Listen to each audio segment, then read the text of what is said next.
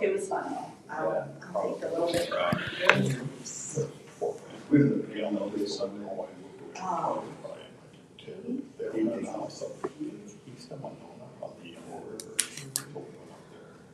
It's really to be like a 5-minute meeting. I say we zoom. Even if the principals don't get here. It's not gonna be that much in 10 months. But True. I mean, Yeah. they're getting geared up for a lot Back of to stuff, school. but it's Yeah. not. Yep. Yeah.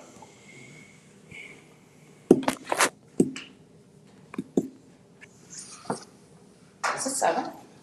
13 seconds after. Oh my gosh, I'm sorry. I'm so relaxed today because I didn't come from work. I'm just like not stressed and thank you. Sorry. We do have a quorum. I'll call this meeting to order. I need an approval for the agenda. I'll make a motion to approve the agenda as presented. Second. Erin made the motion and Erica seconded. Any discussion? All in favor, raise your hand. Opposed, the same. Motion passes. The board's common message is to the Owens School Board strives to provide an environment where students can be happy, healthy, and awesome in their educational pursuits. We believe that each student can graduate ready for college or a career. To do so, we will provide a safe, nurturing, and engaging learning environment that meets individual wellness, social, and emotional needs. Item 5, any district resident who'd like to speak to any item on the agenda? And presentations.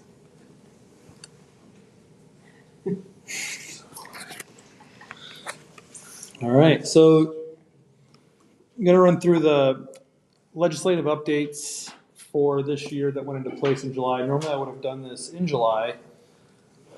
We didn't receive Department of Education guidance until, it's actually like the Tuesday after our last board meeting.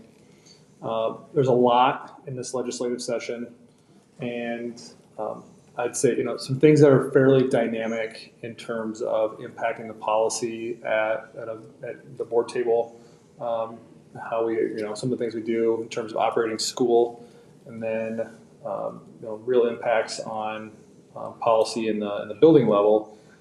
So it took a lot to unpack it.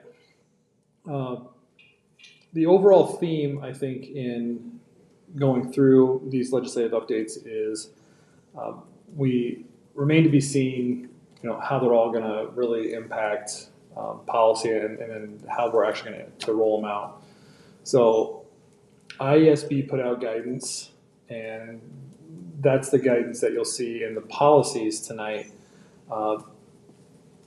The policy work doesn't give us a ton of guidance. The DE's policy guidance that we got this year was basically just a review of the law. It didn't really talk about implementation or how there was going to, what their accountability levels were going to look like. So that was kind of worthless. School administrators of Iowa gave a little bit more, but didn't want to really put their foot into the policy world because that's more of a DE and IASB thing. So they haven't been a lot of help. Our law firm did a webinar series on legislative updates this year, and I was able to watch that recording and then get the slide deck, which actually is the basis for some of the stuff I have tonight.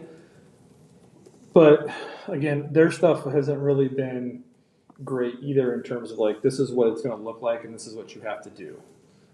So there's a lot yet to be done. And I think the challenge when you write policy in this area and the policy suggestions and some of the stuff we're going to go through tonight are, we're building a vessel, and it's hard to build a vessel when you don't 100% know what it's going to look like to put stuff in it. So I think, and this is when I presented law stuff to the staff on Friday in terms of the updates, my message was if we do our best to follow the intent of the law, I think we're going to be in a lot better place than just trying to either jump through hoops or just not do anything and wait for something to happen.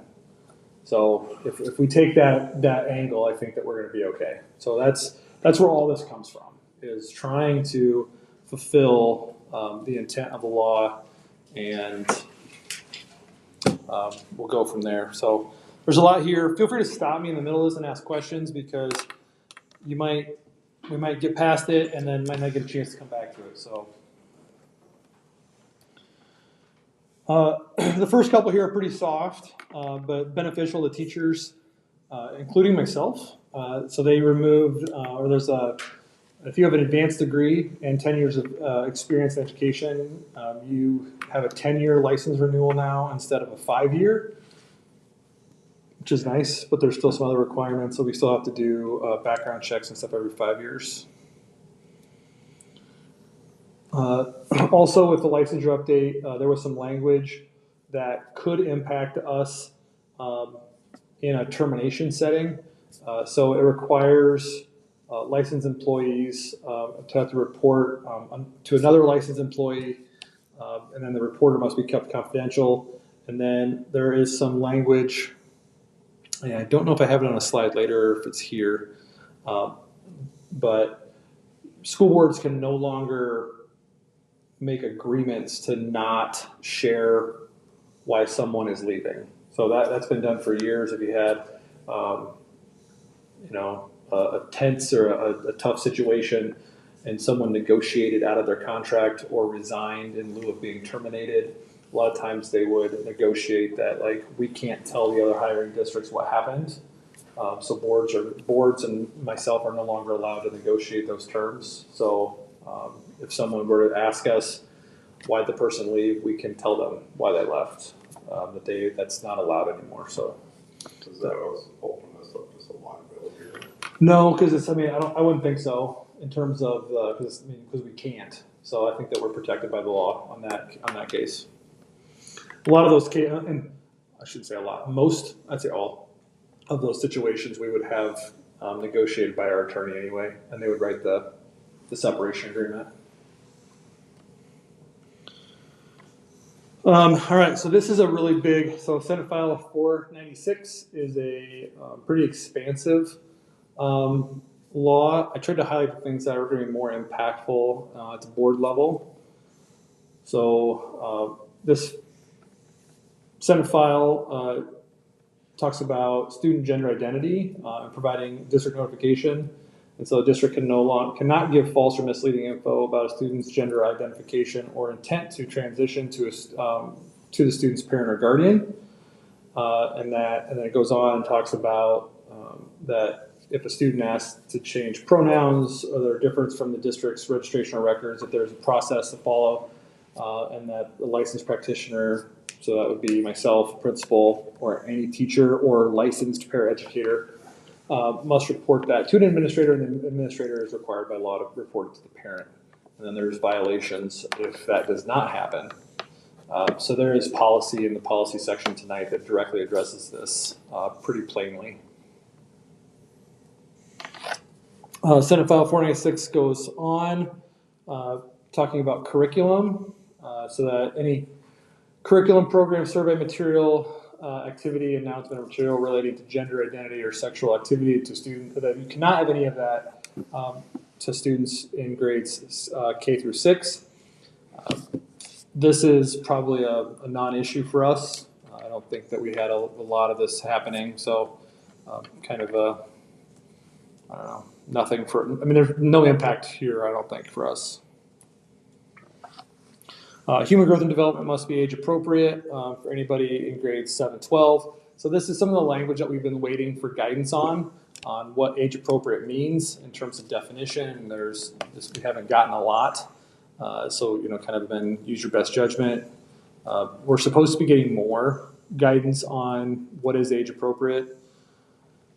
Specifically, HIV, HPV, and other HPV vaccines would have potentially been taught specifically in our high school health or health 2 class. So those are no longer allowed, or those curriculums can no longer contain that. So that's just a quick, simple removal. And then in grades 1 through 6, no instruction around sexual activity or gender identity is allowed. If we give a survey outside of anything that is federally required. So we do a conditions of learning survey. There's a Iowa Youth Survey that goes out that's not federally required, so there would have to be consent now for that. And so parents are required to not just like opt out like they used to be, but they have to actually give consent for those things to happen. I think that myself and the administration, at this point, we're going to try to really go through this slowly. We'll try to follow, or we'll use any survey as required by federal law, and then we'll have a pretty high threshold to do any other mental health or physical or emotional health surveys at this point. All right, Senate File 496 continues. The district must publish the following on the district's website. It must have an explanation of policy. The policies in place that allow parents to request the removal of materials used in the classroom or library, and that the identity of that parent must be kept confidential, and then an explanation of those policies in place to request or review the school board's policy decision, including the petition process. And then this is a policy allowing residents of the district or parent guardian of a student in the district to review instructional materials used in the classroom, and a method for parents to request their student not receive certain materials. Each parent must receive a copy of this policy each year. The good news, these things were pretty much all in place and already accessible on our website. And we went through that process a year ago where we digitized all of our policies and made them easy to access. So to the letter of the law, we were pretty much already in compliance with this one. The policies we're going to look at tonight strengthen the policies we already had in this area.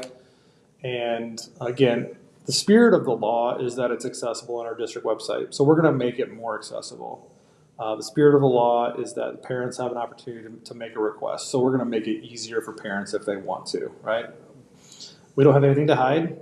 The policies we have in place we can use. Again, we'll try to do our best to follow the spirit of the law. So that's our intent. Obviously we need policy first, and then we can follow through with the practices. And then our district library catalog is already online, and that's, again, non-issue. So we had till July 1st of 2025 to get that done, and that's already done. So we're already in compliance on that one. Any questions on Senate File 496? There's a lot there. These are just the highlights. Okay. House File 604 is about disruptive students. The board must adopt a policy for different grade levels that describes how to discipline a student for making a threat of violence or causing an incident of violence that results in injury or property. And the policies must include, and it goes down and talks about those things. We already have policies in most of these areas. The challenging part of this, or maybe it's not the challenging part, is that at the end of all this policy, it basically says that anything that has to do with IEPs or IDEA, so students with disabilities, Section 504 or Iowa Code Chapter 256B, would preclude or overrule the policies that we would have in place here, which is probably 99% of the issues that we would have anyway. So, I don't know, it's a lot of nothing in terms of actually the impact that we're going to continue to follow the IDEA laws. It requires that we have IEP meetings in place for students with IEPs that have these kind of things, which is something we already do. It's a practice we already have. So we will adjust our policies to show and indicate this, but it's not going to impact or change much of our practices at all on a daily basis. It does have some requirements if there are threats of violence outside of that IEP placement. So that 1%, just that classroom teacher must report it to the principal. And classroom teacher may notify parents or guardians of the students who made the threat or caused the incident, and the parent or guardian of the student against whom the threat or incident was directed, and the principal shall notify the parents or guardians of each of the students within 24 hours after the receipt of the teacher's report. So that would be a policy update and a practice update that we would have to follow. we touched on this a little bit in the spring, and just nothing's changed. Just that all faculty, staff, visitors, and students must use bathroom associated with their gender at birth. Classroom material. So this is part of an omnibus bill. So we are required to post all materials or books used in the classroom so that they can be viewed by parents or guardians and community members. We must post them on our website. So we have our curriculum thanks to Charlene's hard work of wanting to get all that stuff posted online. So we're 90% of the way there. We are far and away ahead of a lot of our counterparts, especially in this area of the state. So thankful for all that work. And that lift will not be very heavy for us. The biggest lift for us at this point is we have classroom libraries that will have to be posted online, and we're trying to figure out what to do with those. I mean, we have one teacher that has 3,000 books in her own classroom library that we have to figure out a way to get them cataloged and then viewable and postable on our website. So just trying to figure out how you go about doing that, right? And do it in a timely and efficient way. I don't think the teachers are like saying, no, we're not going to do it, or we're not going to be compliant. It's just a matter of what does that work like actually look like. Again, we will try to follow the spirit of the law, but what's the capacity and scope of our teachers and our staff to try to figure out what that looks like in the most efficient way possible. I think this is my last one, maybe. So education savings accounts already in play. Just a review. This got passed right away in February, so they got to work on this, and then it was the website was open for registration in late May. So there's a 3-year plan for implementation.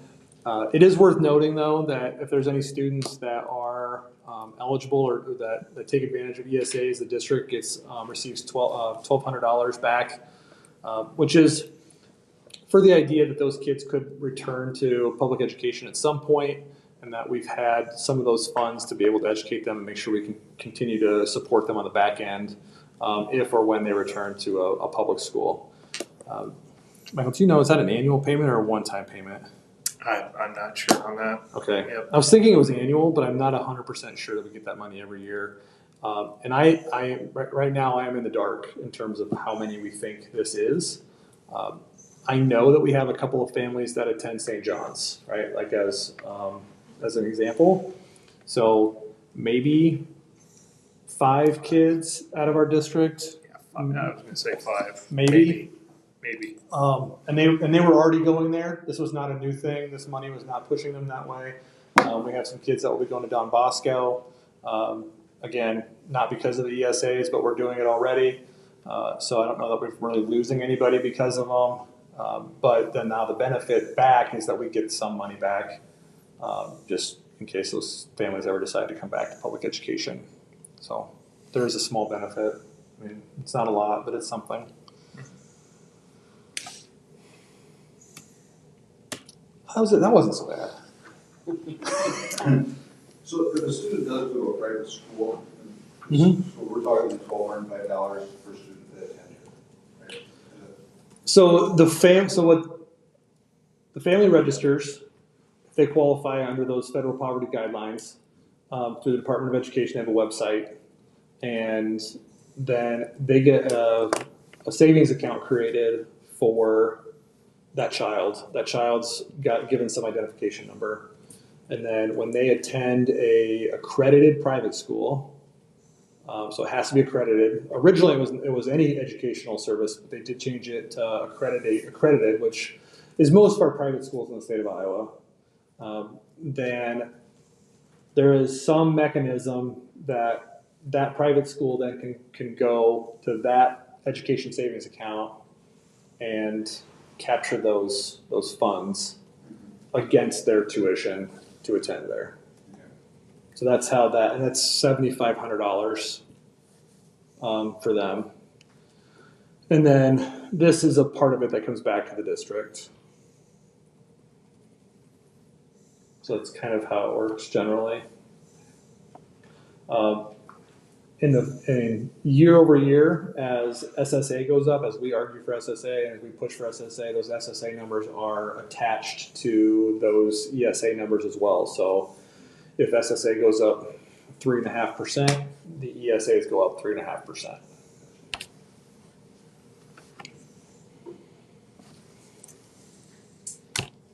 Any more questions? All right, public hearings? None. Discussion? None? None. All right, we're moving on to consent agenda.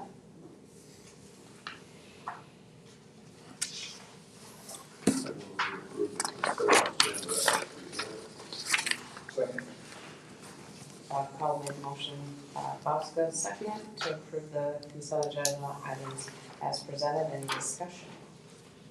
All in favor, raise your hand. Opposed, the same, motion passes. And then we are on to approve the transfer of the funds from general fund to activity fund. Okay. You're up. Okay, all right. So this is just an exercise that I brought to Josh. It's been something that's been in play for a number of years now. But at one of the conferences I went to over the summer, they were talking about this. And as we were kind of planning our activity budget for next year with the activity fund, the activity fund is a high balance fund. But the majority of that high balance is coming from a few club accounts that have pretty good balances. I can tell you that, you know, Gates been down since COVID, even since before COVID. We did have that one-time shot of money that we threw in there from ESSER money, and that helped, but it's not great. So anything we can do to kind of take some of the burden off of activity fund, I'm all ears on those propositions. And so what this offered us the chance to do was to take safety equipment expenses that we incurred over the fiscal year and pay for them with general fund dollars. So what I'm putting in front of you here is a request to approve. The board always has to approve movement between funds. And I totaled up just what we paid to, you can see there, mostly Rydell, reconditioning helmets, buying shoulder pads, girdles, etc.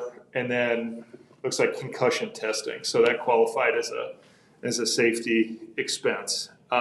Those types of things all added up to just shy of 17.1 in terms of cost. So that's what what this action item is, and if you have any questions, well, feel free. But This is an allowance that was put into code, I think like 2017 maybe, where the general fund can pay for any equipment in the activities fund that's deemed necessary for safety. So that includes batting helmets, catcher's gear, like the padding at the end of like basketball courts, the face masks that softball players wear, you know, football helmets and shoulder pads, it all qualify.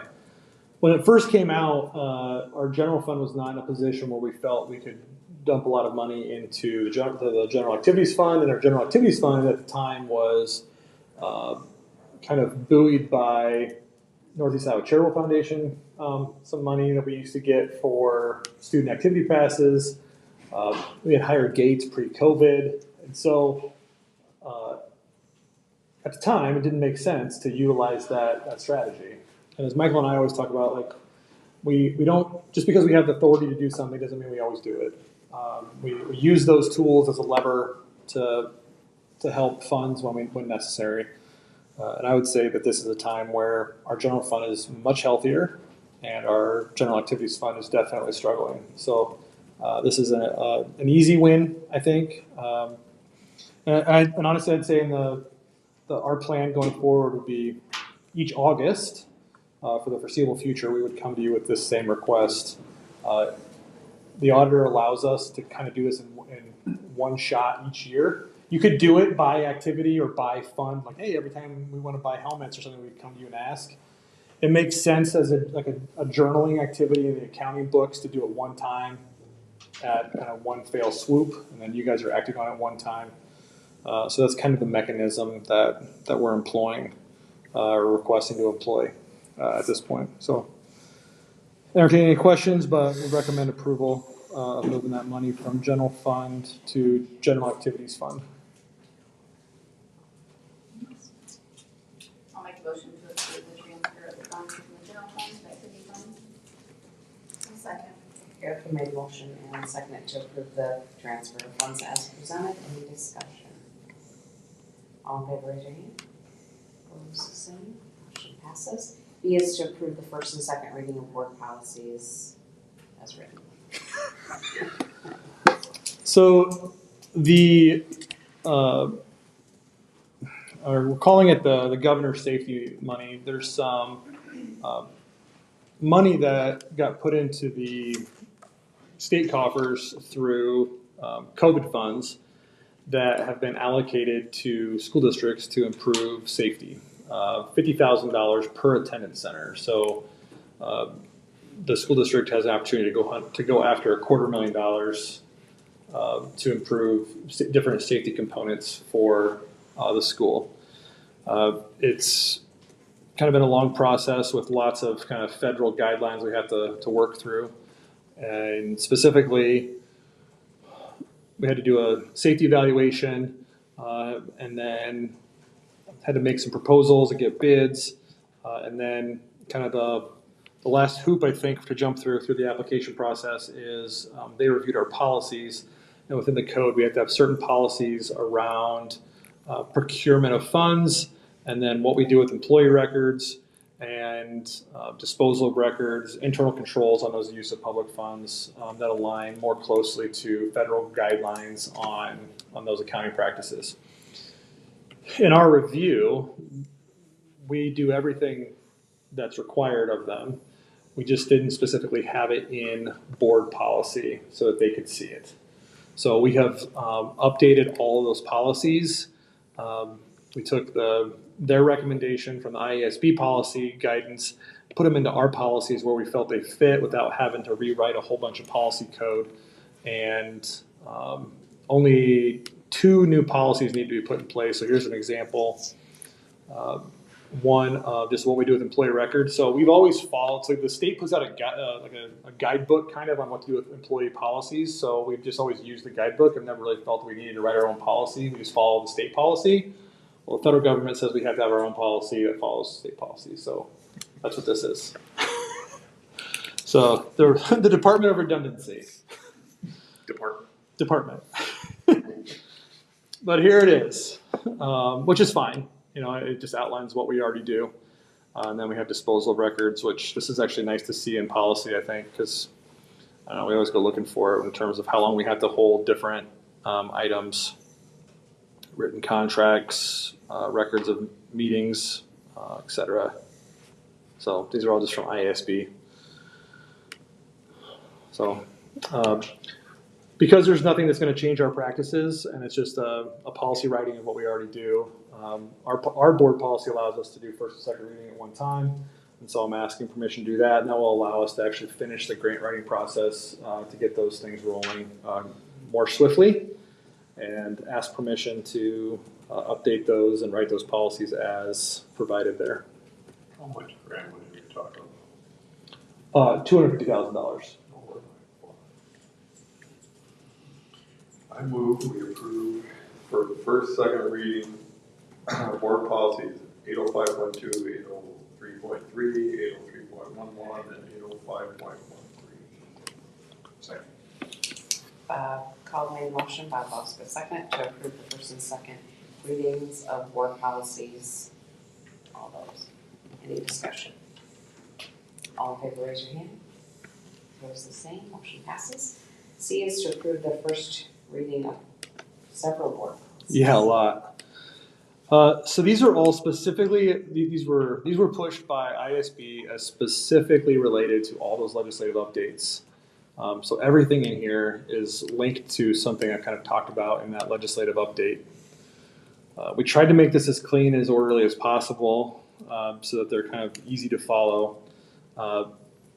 And also in a review of our policy, board policy allows us, you could do a first and second reading of these as well, because the policy reads, if we're changing policy because the law changes, then you can do a first and second reading to move on with it.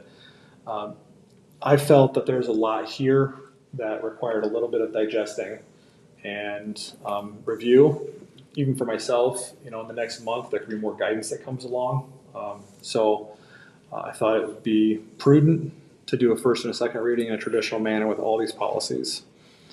So a chance to review them. There's a lot there. It's very much just language out of the code and then plunked into a policy. There's a lot of new policies in there that we have to add. There's a couple in here that require some decisions. Pull this one up.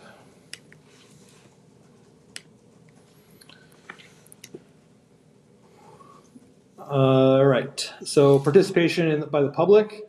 So our current practice is we allow 3 minutes, a lot of time for public and participation of 3 minutes. However, the board president may modify this time limit. So that's been our current practice, is to have 3 minutes for public participation at meetings. Is that something that you wish to change or leave the same? It has never been an issue once we're closing the school. That's the only time I ever had to cut anybody off. Okay. So I recommend then we would leave it at 3. Okay, I will move along.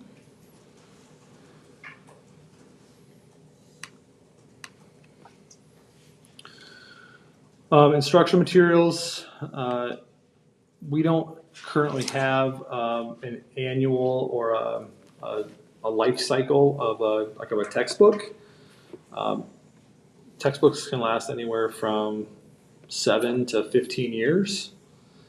So a safe number would be anywhere from 7 to 10, I think, for a requirement that every textbook is evaluated for its relevance, at least every minimum. I would say 7 years at a minimum. I would be comfortable with 10. I don't know if I'd go much more than that. Thoughts or feelings on that? More or less?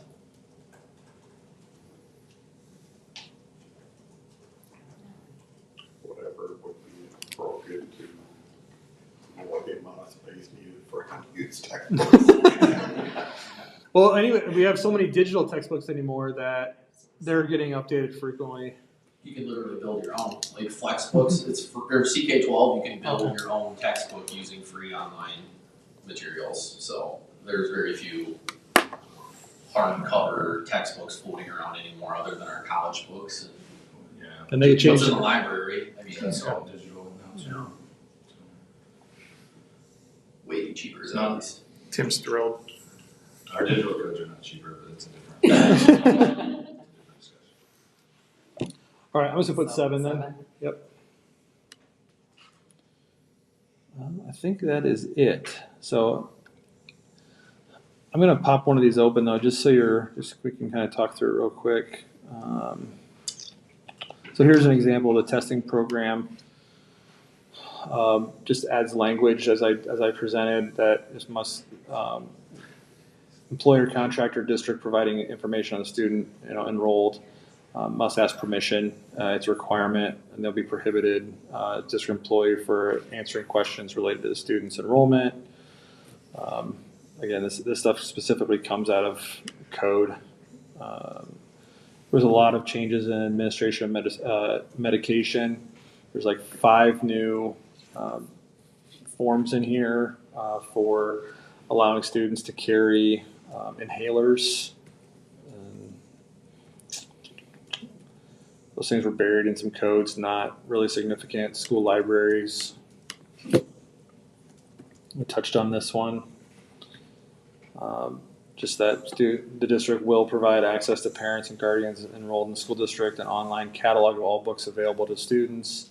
And then any challenges to library materials will be handled through the following process of handling challenges of instructional library materials established by board policy. And that's in another policy. So it just cleans everything up. There's nothing in here that I think that I need to specifically highlight, or that would be different than what I talked about in my presentation. So unless there's something you guys want to look at or dive into, I'd recommend approval of all of that. It was a lot. I'll make a motion to approve first reading of the board policies of all of these listed. I'll second that.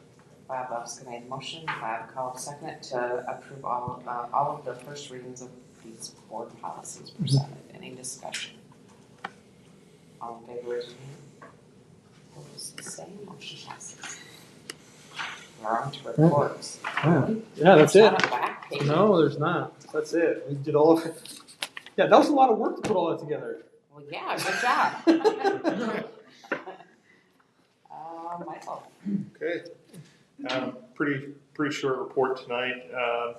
CAR is progressing nicely. We've got September 15th deadline there.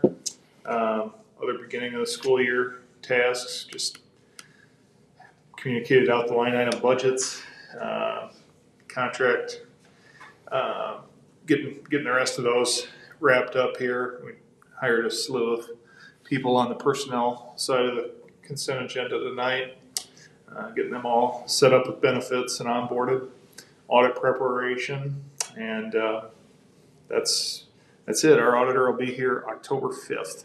So after the CAR, but much earlier than our audit took place this year. So. All right, any questions? Mr. Rainey? I have a report sitting in my draft. I was waiting for the floor to get waxed over at the Williams Center before I put final pictures into my report. So I'll be posting that hopefully tomorrow because I have the floor waxed today. Long ways from our meeting in June with the flood. So thankful to all the teachers and the volleyball team that showed up to help move back in last week. For the patience of staff as we've kind of moved back in, and it's been a little bit chaotic.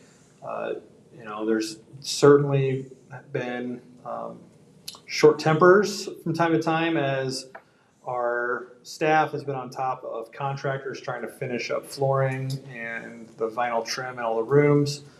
But when you do what we did in 4 weeks, 6 weeks since it happened, but 4 weeks really, considering that was when we first started getting after it. It's really pretty incredible that we were able to put on a show in the Williams Center on Saturday night, and that kids will be in school. And I really don't think they'll notice a huge difference. If they've got sharp eyes and notice that a couple of our hallways don't have the vinyl base down yet, then good for them. But that's it, and it'll be done probably by Friday this week. I would anticipate that all that vinyl base will be down, and that will be done.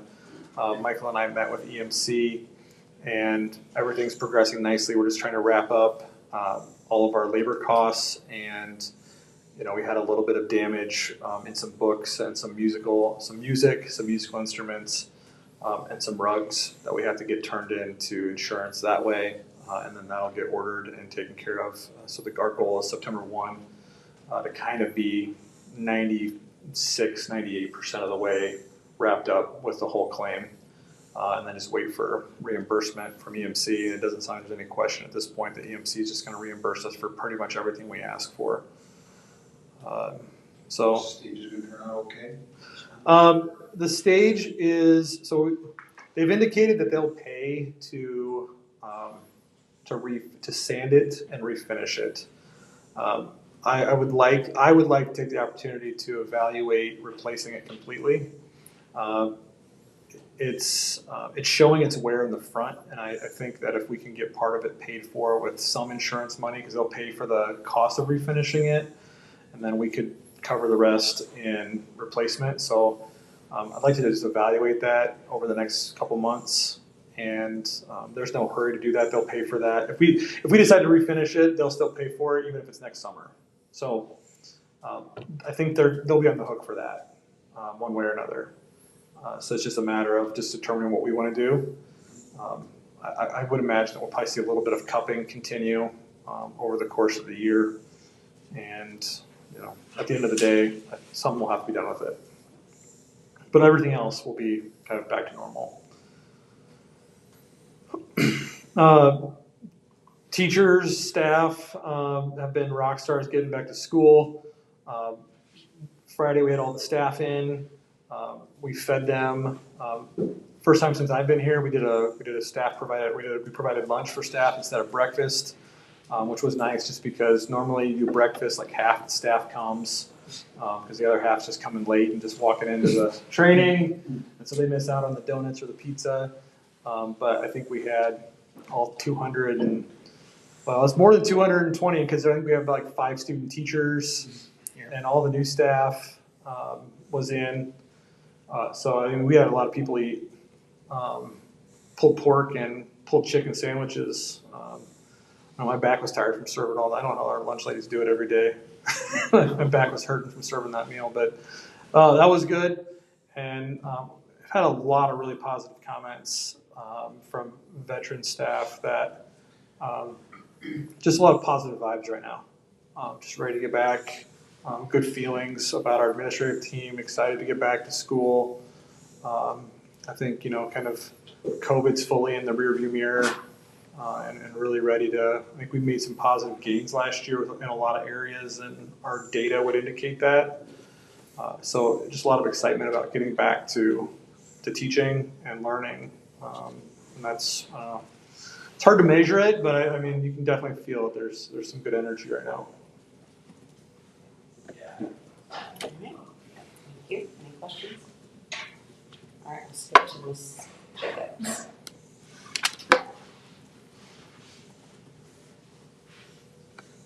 That's my old report, I sent you the updated one.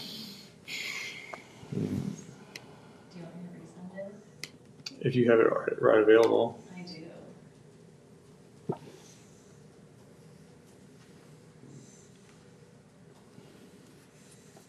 I sent it in. It's on Canva, obviously.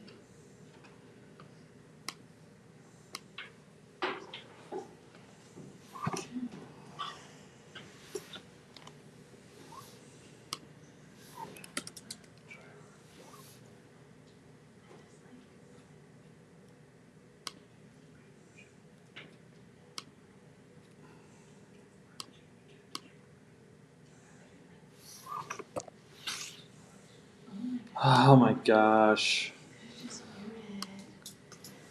You were so extra. I just really want you guys to see Candace's face. Oh, on God, my- great. I was like, if it doesn't work, it's fine.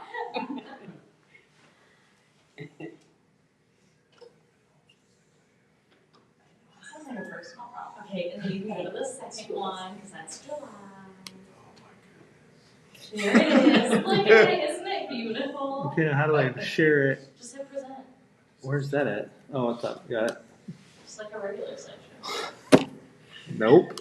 Present full screen. There it is. You'll get better at it next time. So, we had backpack night tonight, which was awesome. We had our first community engagement fair down at Wings Park with a lot of our community partners, including the Public Library, Keystone AEA, Plentiful Pantry, which Candace was there representing, and it was awesome. So we had kids signing up for library cards in person there, getting information out to our families about what resources we have in our community to help them. And Antioch Church was nice and donated lemonade and cookies and things like that for families to have while they walked around. And it was just, wildly successful. And then Melissa Franson set up a story walk for our families to enjoy down at Little Husky. So many of our families are shared, they got to experience both, which was great.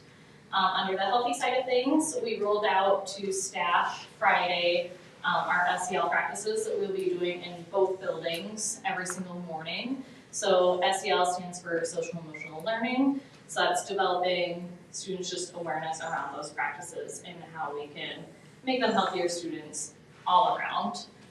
So Haley, Freeze, and I developed these lessons so teachers don't have to do anything. It's not another thing added to their plates. It's just something that they can essentially plug and play. which will be really nice.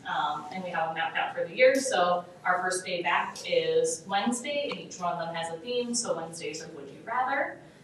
So that's like an example of what will be up on the screen, and it's a way to not only get to know your students, but get them thinking about school in a different way. And you know, this is a very simple example, like would you rather start your day in the gym or in music class? But some of them get a lot deeper, like how you like to learn, whether in a small group or in a bigger setting or things like that.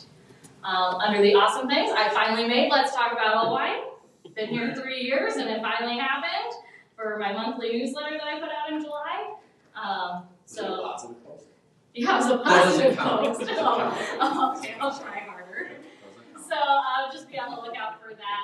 Last Monday of every month, myself and then teachers across both buildings will be putting this together. So Haley Freeze has a part of it, along with Catherine Wiedemeyer, puts in stuff about Husky Adventures, and then we're going to even give like Head Start a little corner in there to highlight some of the things as a partner in that building as well, since they're all our kids at the end of the day. So that is what I have. Any questions?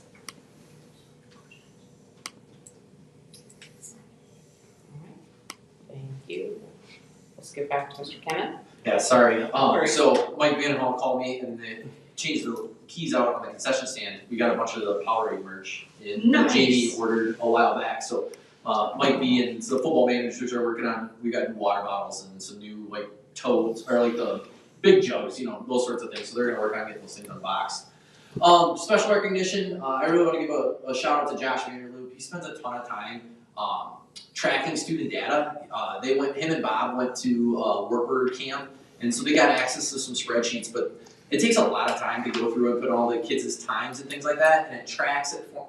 It's really cool. It takes a bunch of time. He does it for nothing, you know, just because he's a good dude. So, and he spent a good chunk of the summer scrapping aluminum when it's really hot, taking apart the old aluminum bleachers and taking that down to turn gears so we can buy some weightlifting equipment. So, you know, he's just doing that on his, you know, his own time. Like that's pretty cool. And then a shout out to our maintenance department. You know, we got a cross country meet coming up next week.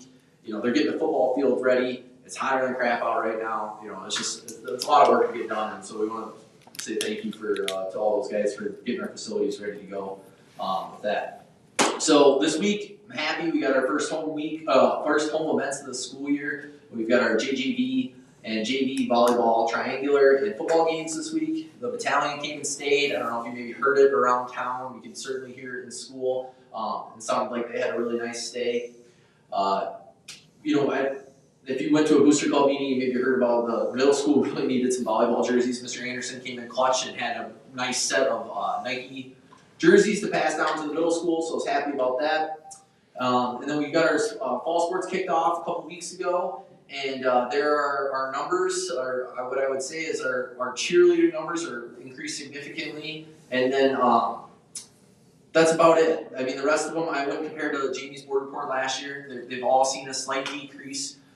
There's a number of reasons for that, but it's not an O-line, just an O-line thing. I just got an email today from Waukon. They're going from 3 football levels to 2, and you know they're contending for a state title a lot. So I don't really. I mean, there's a number of things that go on in society that could lead to that result, but something that we just had our open house too, and that was.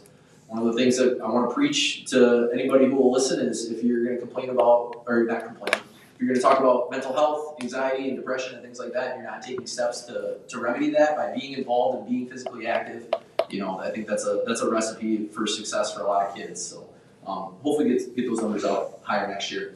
Healthy wrapped up our weightlifting this summer. It was awesome. Like best summer I've had working that. Bar none, and hope to keep that going. And that's a testament to Mr. Vanderloop and Mr. Lake and the things they do during 0 hour. Booster Club provided protein bars and shakes all summer for the kids, and the kids freaking love that. You know, you get done lifting, and they have a healthy, like, here's some protein, put it in your body right now as soon as they're done. And so I think that's pretty cool that our Booster Club does that. They've done that 2 years now, and the kids really like it. Next week, like I said, annual cross country meet. Hopefully it won't be this hot. I saw next week it's still going to be warm, but it's not going to be 100, so that's good. And then I don't know if you guys heard anything about the Husky Volleyball Madness. we didn't really do Meet the Huskies this year. It just really wasn't on the card, so we wanted to do something different. So we invited all the parents to come out there, and there was a comment, and I think I talked to our other administrators about it. Nathan Westendorf, our transportation director, he's going there, he's getting ready to serve, and then he just hits a horrible one. And he turns around and he said, "She was yelling at me." Macy was standing behind her and he was like telling her to wait or whatever. And I was like, that illustrates a great point. It's very difficult to play when you're being yelled at from the stands, isn't it? And I was just like, oh, I wish I could bottle that up. But it was cool, you know, and I heard Nathan, it's hard to do this when you're yelling at me. I'm like, yeah, think about how it feels for the kids. So I thought that was really cool. I don't know if I have anything else after that. All right, that's a wrap. Questions for me? Thanks for making it so easy to click on and access. You're welcome. You know, that's all simplicity. That's refreshing. I shared it previously, so. To be fair if too, somebody though, this even is had it definitely cheap. prepared. This is GE's format. I just stole It it. is, and I just refined my format to be more pleasing to the eye. So it's software. It is solitaire. How'd you Okay, feel? moving Yeah, on. what move do you think I should do Moving next? on. Moving on. Miss that, so you're next. Okay, not going fancy. We're 1 week away from O2 students starting. Today, we did a face-to-face pickup of materials, which last year we did a spread out over a week, come in, get your computer. They saw me, they left. This year, it was all hands on deck. Students, they were lined up all the way down the hall. It was very overwhelming, but very powerful. They showed up in droves to meet the people they're working with. So we had Parkside set up in stations. And when they came in, they picked up a checklist based on their grade level. And there were things to look for, things to do based on what classroom they were going to. And paras were helping with computers. All the teachers were in classrooms. So the students were walking in and being walked through things by the teacher they're going to be working with this year. We were able to do a lot of troubleshooting. We have a handful of kids in credit trouble. We were able to set plans. There are other kids who were asking for more because their goal is to either graduate early or free up a semester so they can take NICC classes, which to me is huge. Them looking at that down the road. We are pretty close number-wise to where we left off at the end of last year. So our students who graduated or those who were not being successful and have returned to face-to-face instruction, we've pretty much replaced their spots already.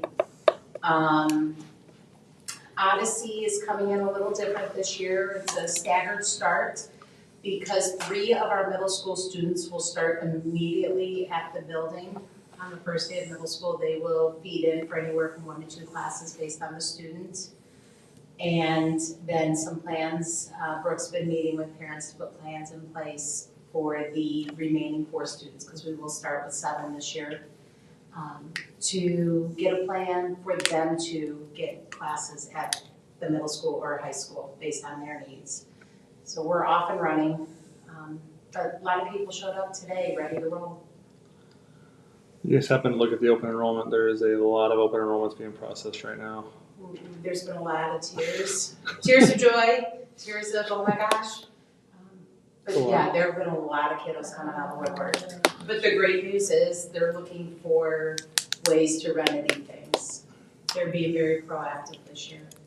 The other thing that for the board to definitely be aware of is that we're definitely entering a new world at O2. We have a new math teacher that has a Wisconsin zip code and Iowa teaching license. So he lives 4 hours away. We got to know him through, he used to work for Edgenuity, who is one of the companies we work with and we partner with, and he worked for them. And he loves us so much and talks so highly of our teachers and the staff and what we're doing that he left them and is working for us. And the best part is he's 30 plus years of teaching math. And about 10 of those years he taught at virtual academies. So he has that virtual teaching and the Edgenuity background. So now we're just bringing him around to the old line ways of how we work with our kids. And it's been an exciting transition. Yeah, very cool dude. He had great things to say.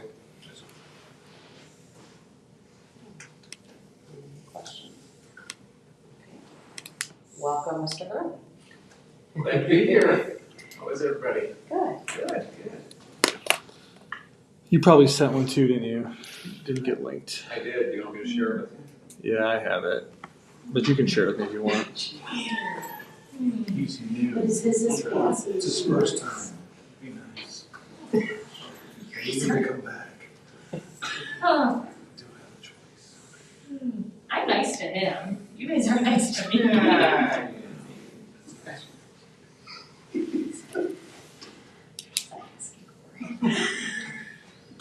I'm sorry.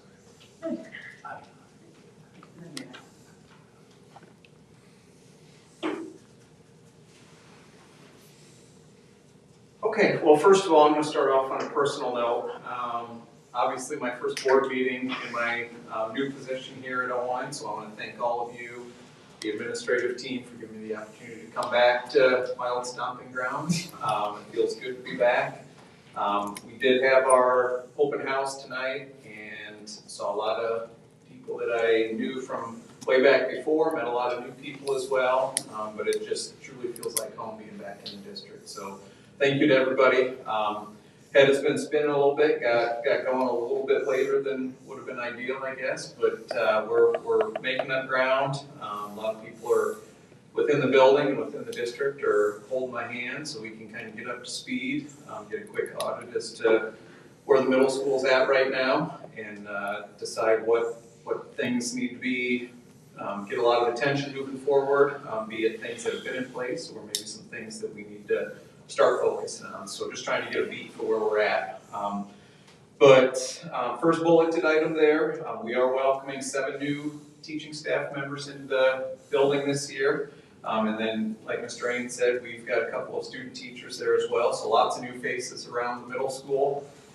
They did come in last week, previous to the all-staff pre-service on Friday. The new teachers came in for 3 days of pretty intensive onboarding as far as learning what the district is doing and how they can kind of fit in and help move us forward as a district and learning community. So thank you to those individuals for joining us and working hard last week and since then to kind of get ready for the big day here in a couple days.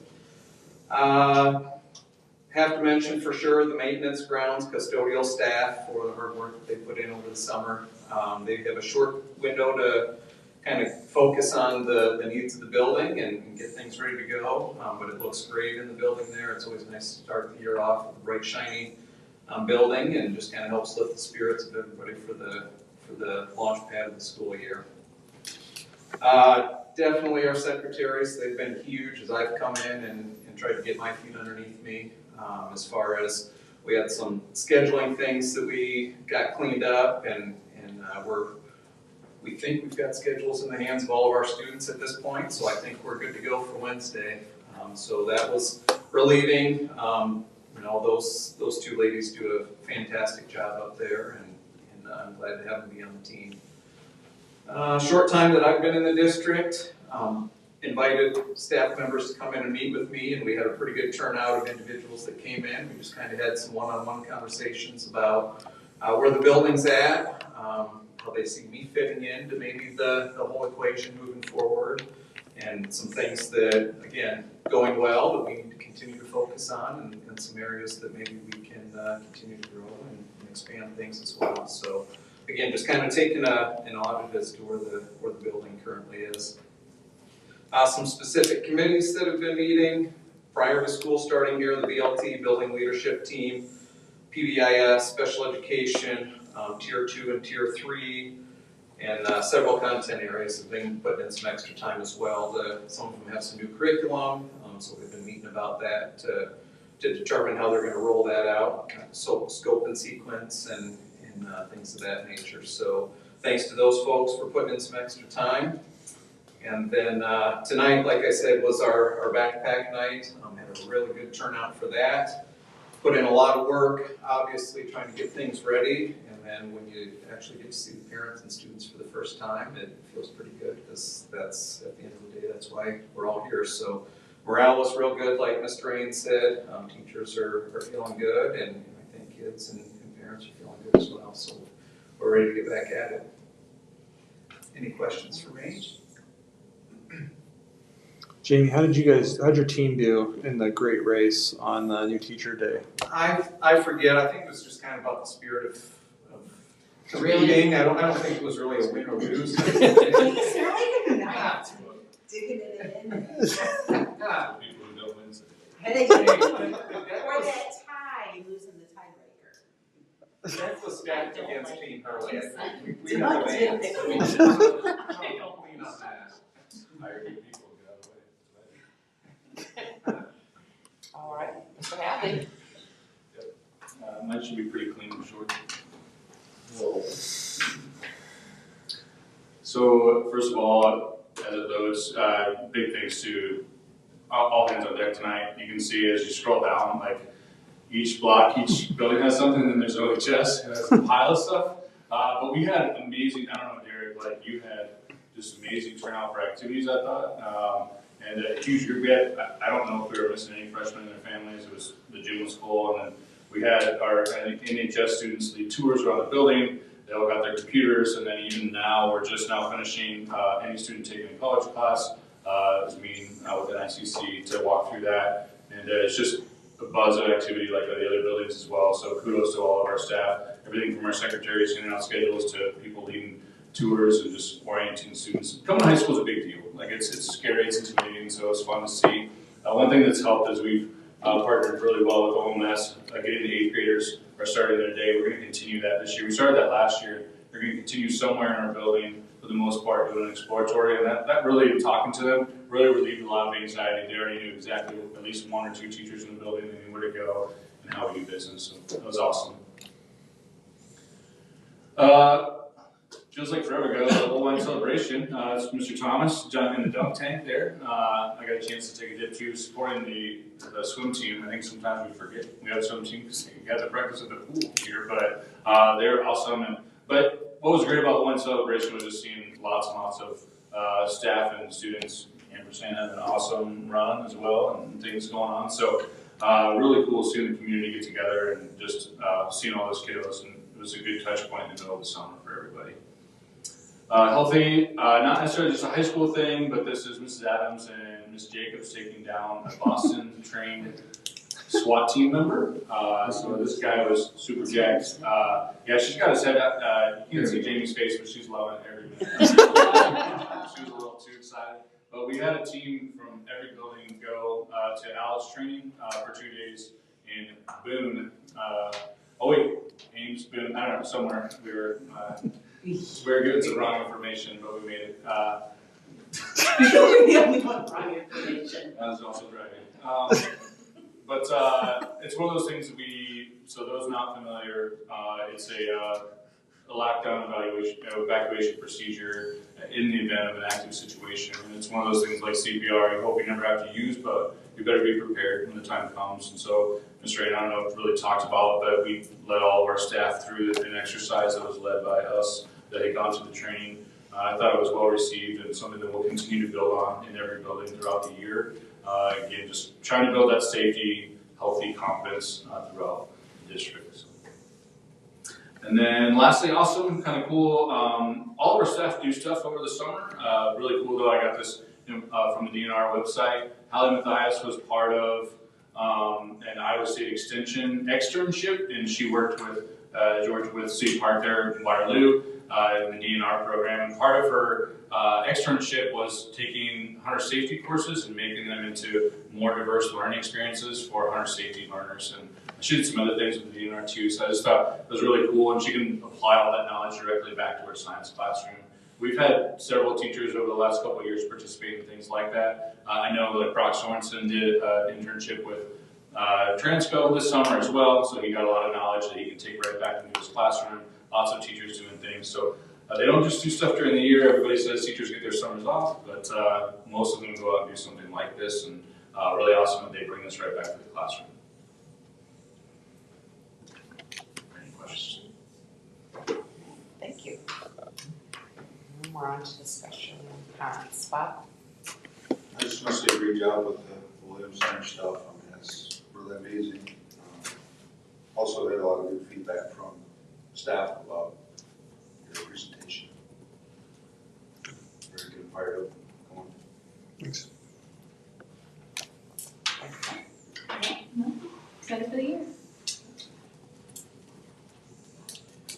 Just had one question. Michael, when you did when you set up our accounts, we've got the couple Husky house problems on there. Mhm. Where are we at with those and how are we doing there? Are we getting close to closing some of this out? Well, yes. Yeah. Yep.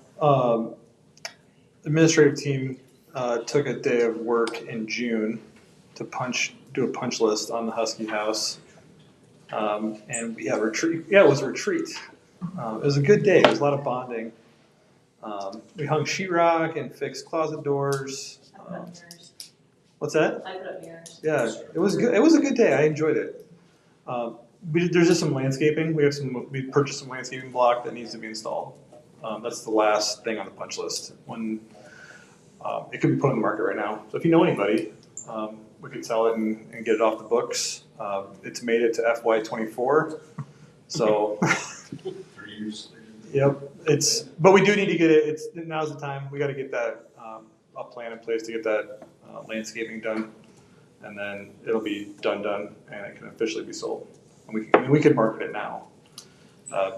We haven't made a hard decision if we're going to list it through a realtor or just try to do it ourselves to save a little bit of that money, which I think that we could at least put on Facebook for a month and see what happens. So that's where we're at. No, I just wanted to, you don't know how many days, I just want to thank the people that switch their schedules around. Because I think we served lunch more days this summer than what we have in the past. Yeah, we did. We expanded summer lunch program into August for 2 weeks. We closed all of our sites and then moved everybody to Wings Park. And it was an opportunity for, we had some staff take vacation. It used to be, we never did anything in August, so staff could have a couple weeks off for vacation. But we opened it up to them. A couple of them chose to do August. They swapped some vacation early in the summer, and then they worked through August. I need to get the number from Haley officially how many we sold in August, but my guess is it's hundreds. Throughout just a couple weeks. So we had a couple hundred, meals in that time period, probably anywhere from, 75 to 80, maybe 100 meals a day. So Maybe it's something we would do next year. yeah, I think that Haley was open to it. It went well. I think just giving staff an opportunity to kind of be aware and kind of pick their schedule, just being upfront about it. It worked out okay. Great, thanks. Yep. That's all I have. Are there any upcoming events, meetings, or announcements? No, just the September 18th meeting. It's homecoming week too.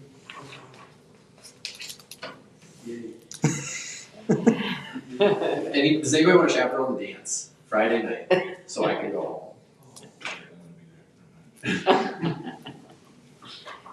No.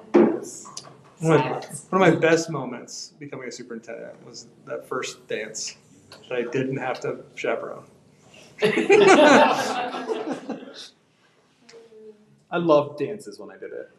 Loved them. All right, we just need a motion to adjourn. Motion to adjourn, please. Erin made the motion, Erica seconded. Any discussion? All in favor, raise your hand. Opposed, the same. 8:08. Good meeting. That was quick. I kind of like having the reports all done. I know. Do they? I don't know. Maybe. I don't know.